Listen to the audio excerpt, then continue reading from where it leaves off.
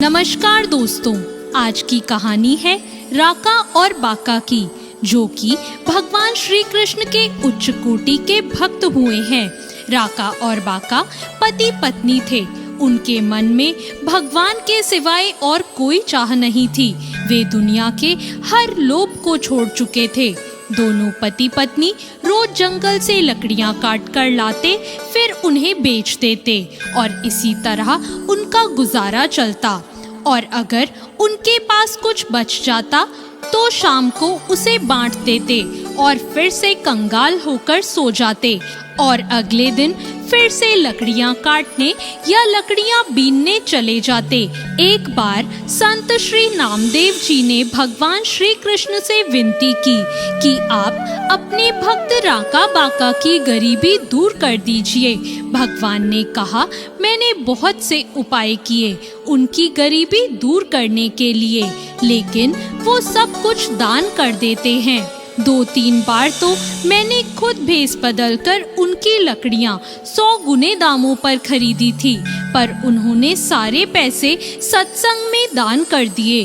फिर भक्त नामदेव जी ने फिर से आग्रह किया कि आप एक आखिरी बार इन्हें फिर से धन देकर देखो।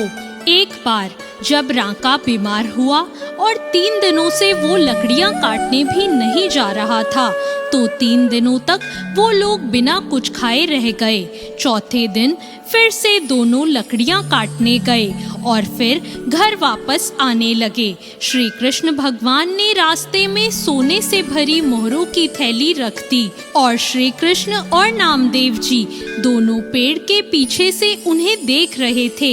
इतने में राका बाका जी वहां से गुजर रहे थे।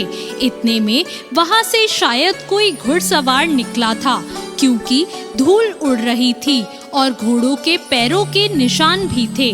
राका जी ने किनारे में पड़ी मोहरों की थैली देखी और फिर सोचा, शायद उस घुड़सवार की ये थैली गिर गई होगी। उन्होंने सोचा, मैं तो सब कुछ त्याग चुका हूँ, मेरे लिए तो धन मिट्टी के समान है, पर कहीं मेरी पत्नी का इन रुपयों पर मन नहीं फंस जाए।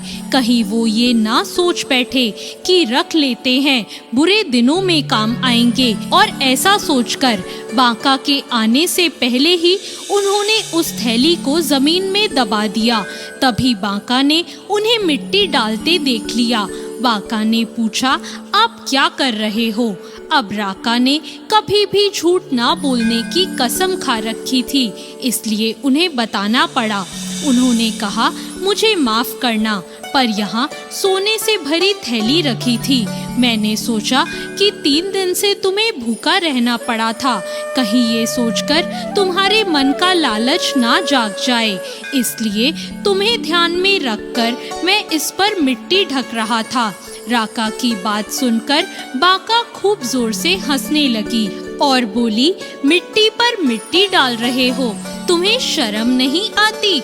लगता है तुम्हारे भीतर लालच अभी बाकी है, क्योंकि तुम्हें अभी भी सोने और मिट्टी में फर्क पता है। भगवान की जीत हुई और श्री नामदेव जी हार गए। तब भगवान श्री कृष्ण ने प्रकट होकर राका और बाका को दर्शन दिए और फिर वे दोनों भगवान को अपने घर ले गए। भगवान श्री कृष्ण ने उनसे कुछ मांगने को कहा, तो उन्होंने कहा कि हमें आपकी कृपा के अलावा कुछ नहीं चाहिए। नामदेव जी राका बाका के इस वैराग्य को देखकर अपने आप को तुच्छ मानने लगे।